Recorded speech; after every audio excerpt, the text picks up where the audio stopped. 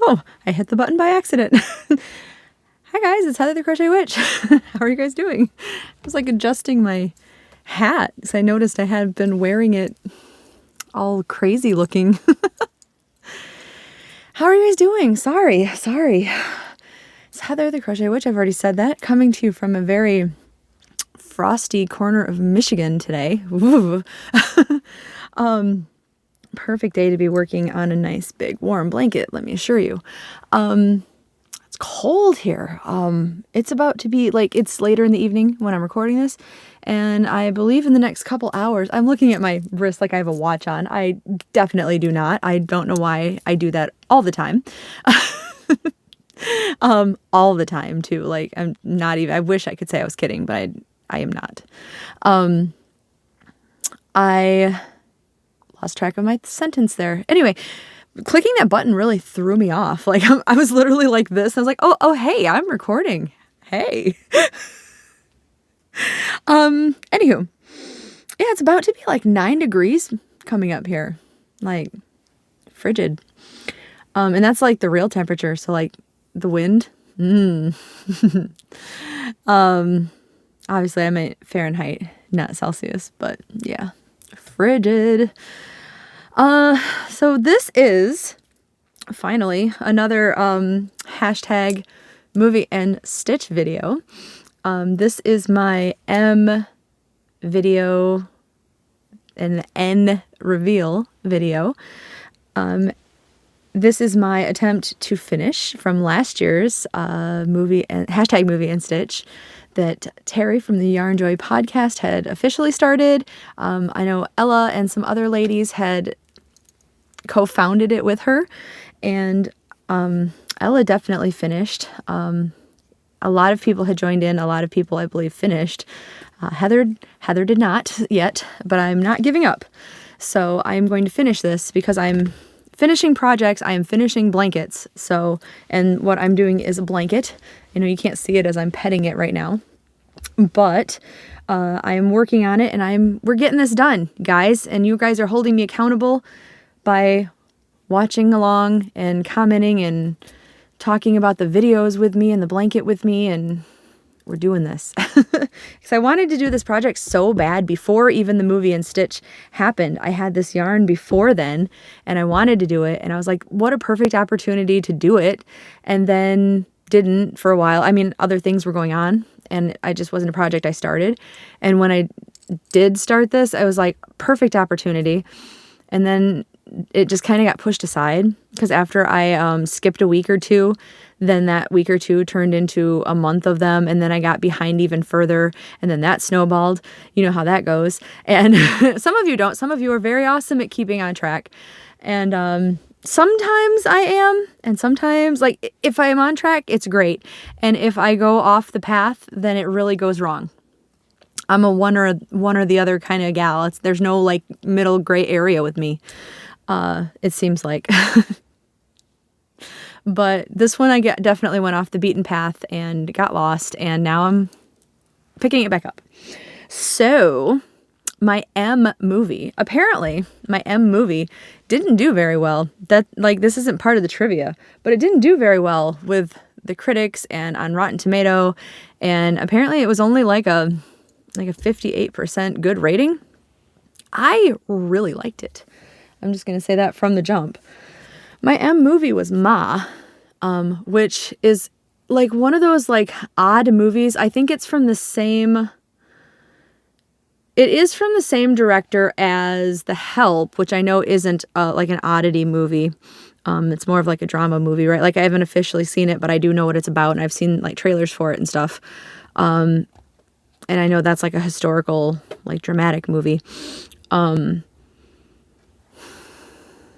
But anyway, that director worked with Octavia Spencer in that movie and then cast her as the lead role in Ma. And this one is definitely like a suspense thriller, oddity kind of horror movie.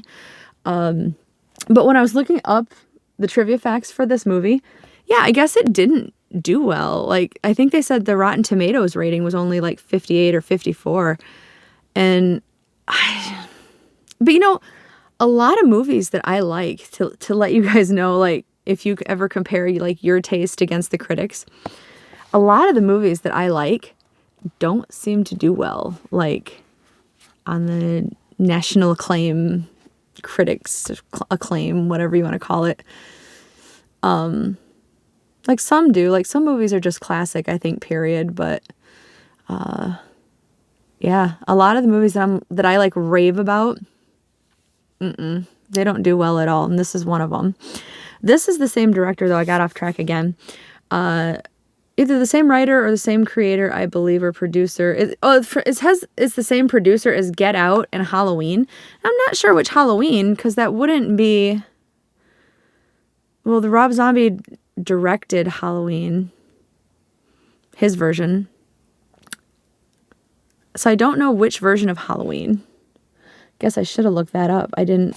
I mentioned it when I looked at the jacket before in the last video that I did with you guys, but I forgot to look that up. I wonder which Halloween that was. Like, if it was the original Halloweens or if it was the Rob Zombie one. Anyway, it doesn't matter. I'm just really curious now. I'll eventually look it up. But the same guy that did, like, Get Out, though, I think he did some of the, like, more odd movies. Like, I consider, if you've seen these, you'll know what I'm talking about, I think. But like, there's one called The Visitors. It's about the old couple whose grandkids came to visit. The Visit. Their grandkids came to visit. Oh, I should do that. What's my V movie? I don't want to tell you about it, because maybe that will be my V movie. That's a really good movie. You guys should see that. The Visit is a really, in my opinion, really good movie. It probably did terrible with the critics too. Anyway, I'm way off topic. The same director did Get Out. He did, I'm just going to stop talking because about that, because I'm obviously sidetracking myself every time I start to try to figure out the other movies. But that same, like, focusing on Get Out for a second, you know, it was like a thriller, but it was like an odd concept. And I think what I mean by that is, like, it's something that hasn't necessarily been done before. Like, as much as I absolutely love Jason and Freddy and Michael and Pinhead and all of the, like, the movie monsters, the thrill kings, the slasher films, the gore, that has all been in one form or another done before. Like, obviously Pinhead does it different than Jason does it, and, you know, but it's all the same, is in they kill people. That's what they do, you know. But like, Get Out, without spoiling it, was just a different brand of, oh my God, scary, you know what I mean? Like, something you hadn't thought of before, and it was terrifying. I think Us is another one that I was trying to think of. And that's the same thing. Like, it made you think.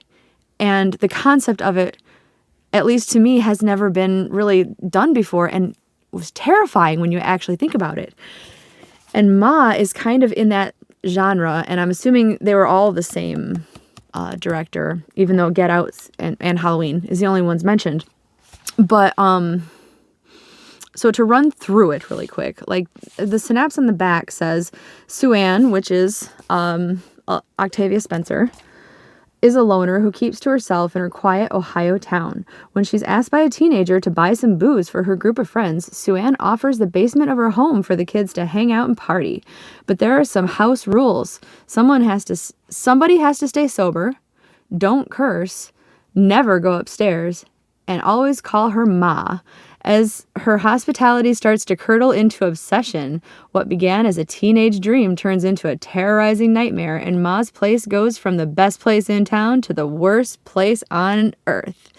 And that really, like, sums it up really well. And underneath it says, everybody's welcome at Ma's, but good luck getting home safe. It sums it up really well, but there is so much to this movie. Like, obviously, if you're watching this, you know there's gonna be spoilers, but warning, spoilers. It does start out with these group of kids are looking for, like, somebody to buy them alcohol, because they want to, like, go down to this hangout place and drink and party and stuff. And they've asked people, and then this lady shows up, which is Sue Ann. I keep wanting to call her Carrie Sue. Sue Ann. And she seems pretty, like, a little odd, but pretty normal in general. You know, yeah, just, okay, I'll do it, but don't tell anybody. Like, this never happened. Like, I'll do it, but, shh, you know, or whatever. Like, and, like, yeah, most adults are like, no. But, like, if you find an adult that's going to do it, they're going to do the same thing. They're going to be like, shh, I didn't do it for you, though. I'll be the cool adult, but don't tell anybody. So, like, yeah, that's normal. And so she does it, and then the kids go off and do their thing. Well, like, then she's really sneaky, and she ends up telling on them anyway. Even though she's telling them, don't tell anybody I did this, she calls and tells on them. So the kids get busted. Well, she's smart, right? She's making them realize it's not safe to go out in the open and party. So the next time she sees them trying to buy alcohol, she offers to buy it for them. And then she says, somebody's watching me though, so meet me here. Just follow me and I'll give it to you somewhere else. So she has them meet her at her place. And when they get there, she's like, you know, it's not really safe to be out or whatever. Like, you guys want to you can party in my basement. It's cool. So she's trying to turn herself into like the cool adult. And now they've already had this, they didn't know she called the cops on them. So like they've already had this instance of, oh, yeah, you know, maybe we should stay here, right? So like that happens and they party there and like, okay, it's cool. And then they come back again because that's the cool thing to do. But then like after they kind of like trust her, she starts getting weirder. Like in one scene, she pulls out, like one of the boys is just trying to be like funny. And he kind of like gets in her face to say something. Like he's not really being threatening in her face, but he's just like, you're not cool if you don't do this or what, like whatever. Like they're drunk and he's just being a dumb kid. And she's like, oh, you want to be cool or whatever? And she reaches over on this shelf and she pulls out this gun and puts it in his face. And like, okay, that's one thing. Like, it's freaky enough that this lady you don't really know pulls out a gun on you. And then like, okay, you might think if she had then went, it's just a joke or whatever, that'd be kind of like, oh, okay, that's weird, but okay, ha, joke. But then before she ever does that, she's got this gun in this kid's face and she's like, take your clothes off. This high school kid, like she's an older lady, you know, she's like 40 and, he does it because he has a gun in his face, you know, he's freaking out. This kid, the video's not, I mean, it's R-rated, but he covers up. He doesn't show anything. But he's naked. And the camera shows her facial expressions and she's like, she's weird about it. So that's your first look at her being weird. And you get in the idea, like, aside from the fact that she's buying alcohol for kids, there's a little more to this lady that tips you off that she's not all just a cool adult to kids or whatever. And so he's standing there with no clothes on, and then she's like, ha, it's a joke, it's not even loaded or doesn't even work or whatever, I just found this, and ha, put your clothes on. And the kids are all like, ha ha ha, yeah, funny. And they're obviously weirded out by it. Now, see, if I'd have been in this movie right then, there would be no more movie to tell because I would have been like, I'm not coming back here. I don't care how cool it is to party in your basement, lady. We're done here. Done. Like, I'm that person that, you know, if I kill a bad guy, I'm going to kill him until he's dead, too. Like, I don't leave him so he can get up later and get me. That's, nope. I've watched too many of these movies. But yet, my one beef with the movie at this point, the kids come back again. They have this weird feeling, and yet they come back again. And she just keeps getting weirder and weirder. And, like, at some point, the main kids start inviting other kids, and it becomes this huge hangout, but like party hangout, and like Ma gets their their cell phone numbers from like stalking them on Facebook, and it's really odd. But I'll try to wrap it up a little faster. I know I like to chatter, especially when I've like just watched a good movie. But she, it turns out, and you kind of sympathize for her. I want to say feel bad, but it's almost like the same way when you're watching a true crime show and, sorry, I keep fiddling with my eye. I'm sorry, I'm not like crying or anything. I don't feel that bad for her.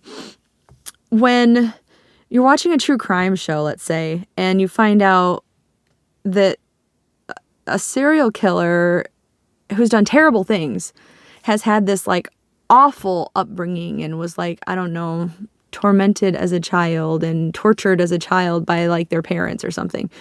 You feel bad, you sympathize for them. That doesn't mean that you're excusing what they're doing now or that you think like that they shouldn't be punished for what they do later as an adult serial killer, but you feel bad for them. I mean, most people do, right?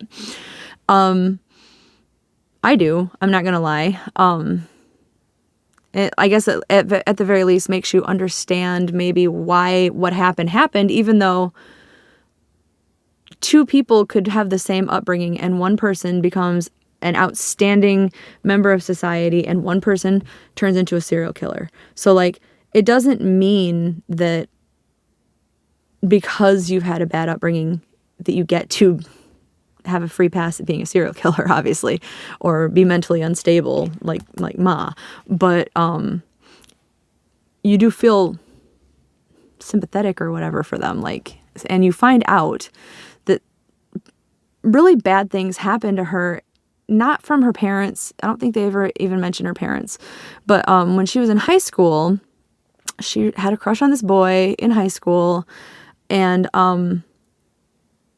he knew it. Like, he played up, he flirted with her all the time and everything, and he invited her out to the same hangout that these kids that she bought the alcohol for were going to originally, and she thought, you know, that he liked her and everything. He invited her out with all the cool kids, you know, his friends, because he was a popular kid. And then he was like, why don't you meet me in the janitor's closet after third hour or whatever, third period, because he had some other things in mind, to keep it PG. And because it was dark and he wanted, and he put his friends up to like helping him convince her that that's what was going to happen. Like, there were all these different flashbacks of like his friend in high school, who was a girl, who actually later he ended up getting with in the movie, like, not hooking up with, but I mean literally, like, he was dating. So I mean, he probably hooked up with her, but not part of the story anyway. Sidetracked, squirrel. He says, meet me here. So she goes into this closet all set to do some favor for him in the closet, and it's dark, and the movie again is rated R, so you get the feeling that said thing happens, and this innocent girl, like, at this point you do feel bad for little girl her, and you know, she's like, you know, being an innocent kid, like, did it make you happy or whatever she said to him? And the guy's like, yeah, it was great, you know.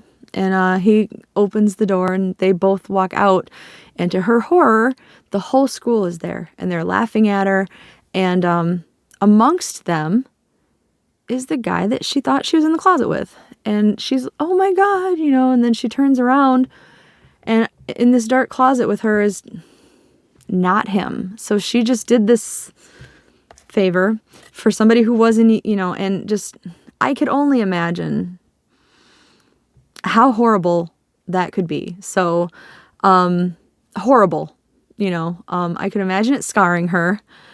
Especially because she was such an innocent seeming kid, like, to begin with, and that seemed like it would have been such a big jump for her, and for it to be with this guy that she was completely smitten with to begin with. So, and I'm sure that's the only reason that she did it, is she was already so, like, in love with him. that part made me feel so bad for her. But then she turned into this crazy chick, and like it doesn't excuse what happens in her adult life. I'm just saying. But that's her background with it. Well, then what you come to find out is she realizes that these kids that had asked her to buy alcohol are the kids of, like, it's the son of that guy. It's the daughter of one of his friends. I think they're all kids of these people's that she went to school with. And so she gets them to trust her. And she basically, like, she stole some stuff from them. Like the main girl, she stole like her earrings. She stole a bunch of different, just like petty theft stuff, which was weird enough as it is. You find out that Ma has a daughter her rule for not going upstairs is because she has a daughter that she keeps upstairs, that she keeps like giving like horse tranquilizers to, because she's a veterans assistant. So she keeps stealing all this like horse tranquilizers and different kind of animal drugs and stuff from work to keep her quiet and everything. It's this poor kid. And it's, what is the name of that? Like, I want to say it's like Munch House by Proxy or something, where the parent makes the kids sick to like get attention or whatever. I think it's something along those lines, because like the kid did go to school. She went to school with these kids. She knew these kids, but then she suddenly stopped going to school because, Sue Ann, I keep wanting to call her Carrie Ann. I have to keep looking at the back of the thing. Sue Ann basically keep saying like, you're getting sicker, you're getting more sick, you're getting more sick. The doctors just don't realize how sick you are. I'm keeping you home. And like, it's just, she's crazy about it. That's just like another thing she's crazy about. Well, then the girls realize that she stole some of their stuff and realize that she's getting really crazy and like obsessive about like, especially the main girl's boyfriend, and who is the son of the guy that she was obsessed with in school. No spoiler there, right? And so they go to her place when she's at work. That's when they discover the sick girl, well, not sick girl, that she's been keeping there. And she's got like all these yearbook posters or pictures that she's cut out. She's cut out like photos of herself that she's like put in with the kids and in with her old yearbook. Like, she obviously wasn't in the pictures with the popular kids, so she put herself in with them. And there were some like that she put the kids' heads from, like, she'd take pictures of them at the parties that were in her basement, and she'd take their heads and put them on her old yearbook pictures and then put herself in those. Just weird collage stuff, like so creepy weird. And the dad was kind of onto her. Like, he owned this business and his kid always drove around one of his business vans, and he had this like black box in all of his vans that tracked him. Well, he figured out that since his kid always drove, his kid was always the sober one, never drank. His van was always at her house. So he chance met her one day and was like, oh, we should catch up. And he confronted her and was like, are you trying to get back at me? Are you trying to do something with my kid? Do you have some sick purpose? Like, he didn't realize she was having parties with all of these kids and doing this crazy stuff. But he's like, are you trying to get back at me by doing something crazy with my kid? You better stay away from my kid, like threatening her. And that just like set her off. And like after that, the whole movie just went psycho. Like, she, I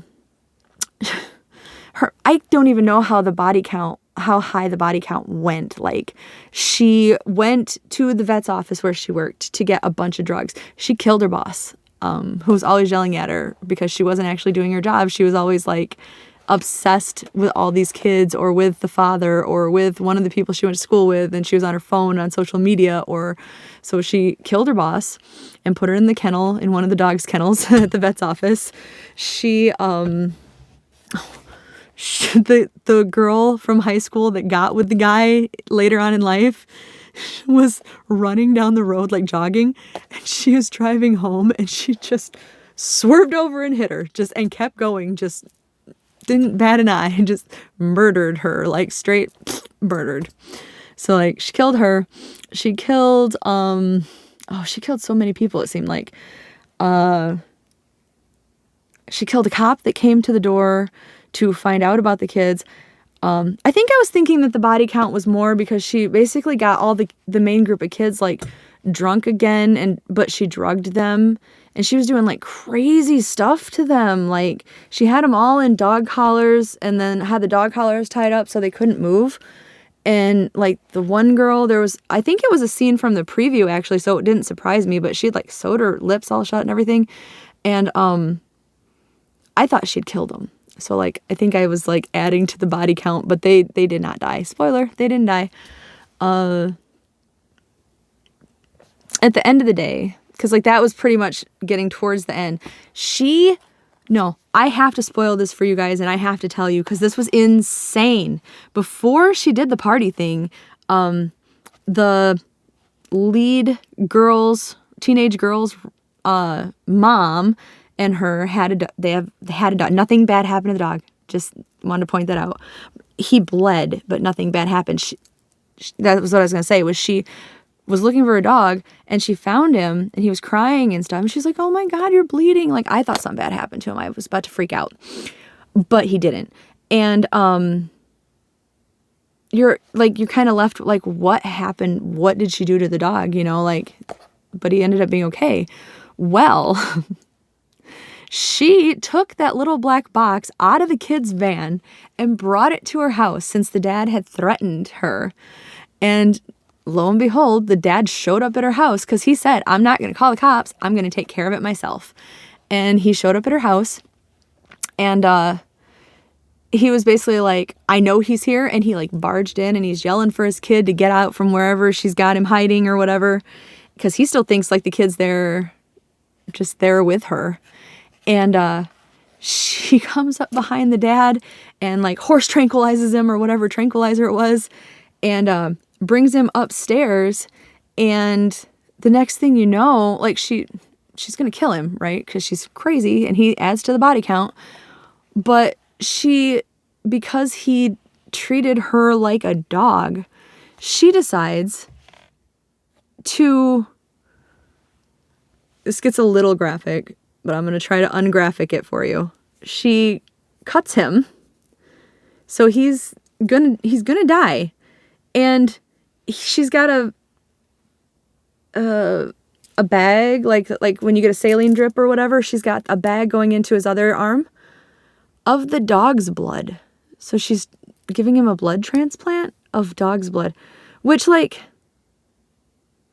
this may sound like a dumb question, but will that kill you? Like, was it the cut that killed him? Or is it the transfusion? Because, like, I mean, it can't be good for you, but, like, is it, like, poison? Would it kill you or make you sick? I kind of want to look that up now, because that seems so weird. Like, it's a weird thing. See, this movie just does weird things that you wouldn't... Who thinks of doing something like that? That's so weird, right? Like, weird. Yeah. And like, it was, in her eyes, I'm sure it was like cute or sweet or like, I don't know, like a Romeo and Juliet kind of thing. But like in the end, when her house was burning because she tried to kill the kids and the moms came to save them, and everything, she was trapped in this burning house. So she went upstairs and like just laid with this guy who was dead on her bed to die. So like it was, I'm sure she thought it was like poetically beautiful, but it was just, I don't know, that was like extra creepy too. It's like the movie was creepy. It was creepy. I'm just gonna say. But I really liked it.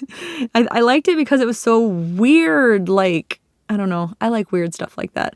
This is the movie that I was talking about last time too, that I said when I first saw it, Damon watched it with me and it creeped him out so bad that we had to watch a different movie, like a funny movie or something afterwards, because he couldn't sleep.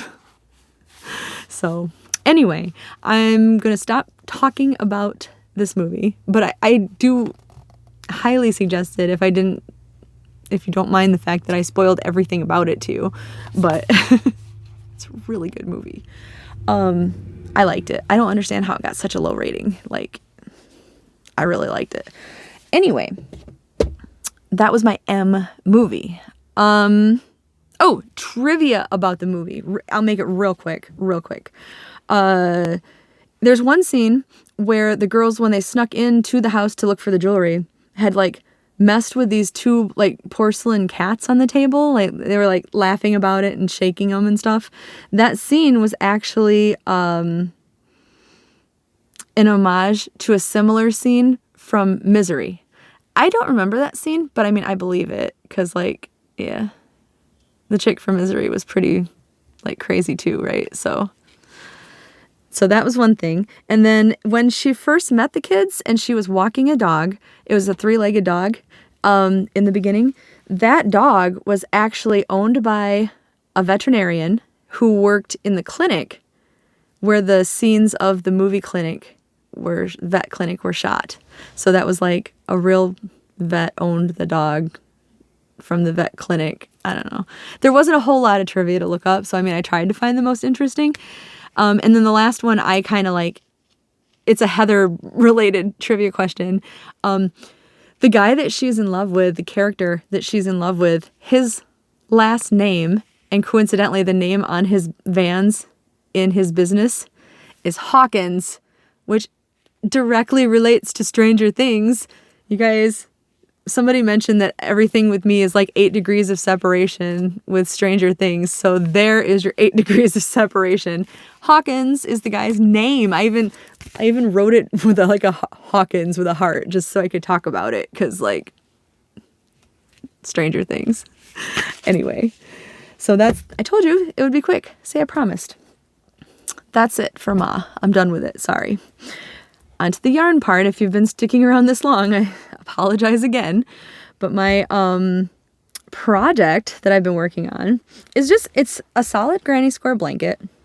And the main squares are in this Caron Jumbo that you have recently seen in my favorite yarn, top 10 favorite yarn video, that is called Plum Copper. I still have not looked to see if this is discontinued or not, because if it's not, I totally want to get more of this. I love this color.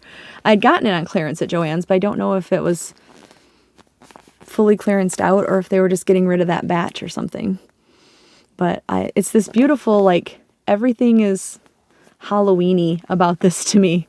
It's got all these different shades of purples, and then it's set off with this really bright coppery orange.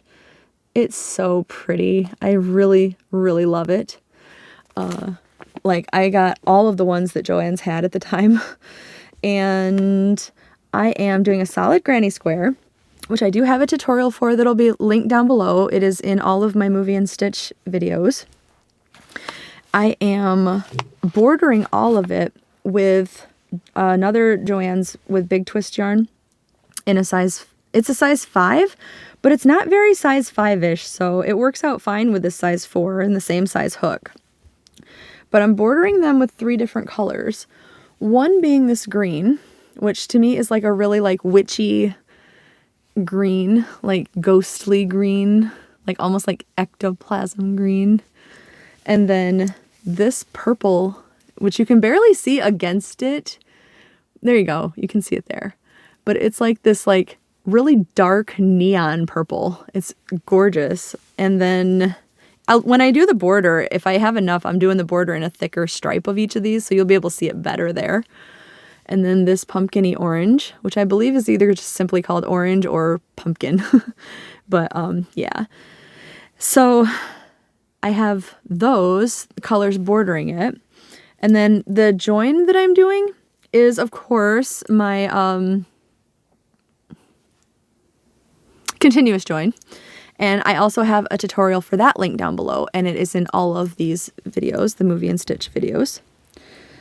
And for this movie, I'm just working on this project as I watch movies. I had 3 loose squares last time, and I joined those because I'm trying to kind of join them the best that I can as I go, so that once the blanket is just big enough, I can stop and start working on the border. I think I'm probably going to do 2 more full rows and then call that good. Because it's like 6 squares long. It would be 5 wide then. Maybe. We'll see. how it is. I'll try to remember to put, if I don't do it this time, I'll do it next time, but I'll try to remember to lay it out and put a picture of how long it is now. But it's about as long. If you have been watching my movie marquee challenge with Sandy from Crochet A, it's about as long, I think, as that blanket is, which is pretty good length. It's long enough to cover up with for sure, instead of a lap blanket, because I seem to be incapable of making small blankets as much as I am incapable of making short videos when I try to. So it's like folded up. That's it in half, and then it's that long. So it's already fairly sizable. It's just too skinny. And then I have the color that I'm joining it with is just Red Heart with Love in the color black, because I have a lot of that still. I mean, it's slowly dwindling down now that I'm using it for stuff, but I had a lot of it from the very last time several years ago that Walmart did a Black Friday sale with yarn in it. I think that was before they even started doing much online sales. It was like one of their last fully in-store on the day of kind of Black Friday sales. So it was a while ago. I'm not folding that well. I'll fold it better in a minute. And I have also in Red Heart with Love, but metallic. See if you can see any of that sparkle. I have that color, and I've made some different sizes of little ghosties. I have to put the eyes still on the big ones. They haven't had eyes for quite some time. I've had these made for quite some time, but I'm going to sew those on, and I'm still thinking I'm going to make some maybe tombstones for the bottom of the blanket when I get it done. Either that, or if I have time, I might try to fiddle around with the border and make a border that has like, I want to try to make tombstones like on the border, but I don't know. I don't know if I'll be ambitious enough to get that done this time around. I definitely want to design that though. I think that'd be so cool. At some point I will, but whether it'll be this blanket or not, I'm not sure. But I have those ghosties so far. I might make a couple more. I might not. I'm not really sure because I don't want them to be like packed all over it. Just enough to kind of, you know, be on it. So that is the project. And then try to hurry up and end this. Hopefully my voice hasn't gone all out of whack after the 33-minute mark. If it has, I apologize. If it has, that'll be the second time in a row, and I'll have to figure out how to fix that too. But my N movie, I'm very excited about. So this video will probably come up soon. My N movie is from my favorite universe ever. The Nun from the Conjuring universe. So I won't start talking about that. That'll be for next time, but I love these movies. I have all of them, like The Conjuring 1, 2, and 3, Annabelle 1, 2, and 3, The Curse of La Llorona, The Nun. I have all of them. I love them all. So, yeah, so that is all of them. I know, Amy, I forgot who she's doing it with, but I know Amy is starting a movie and stitch project just this year. So people are still doing it. So if you want to start one and join along, you might as well, right? It's always, watching movies is always fun. And like, if you dedicate some time to doing something during them, you get the project done. So it kind of holds you accountable, and it's, I don't know, it's just a good pastime too, right? So anyway, I'm going to end this and quit rambling and get it uploaded. So I have a video for you today. So I will talk to you later, guys. I will definitely see you in more videos tonight. Well, through the week that I'll be recording tonight. All right. I love you, and I will talk to you soon.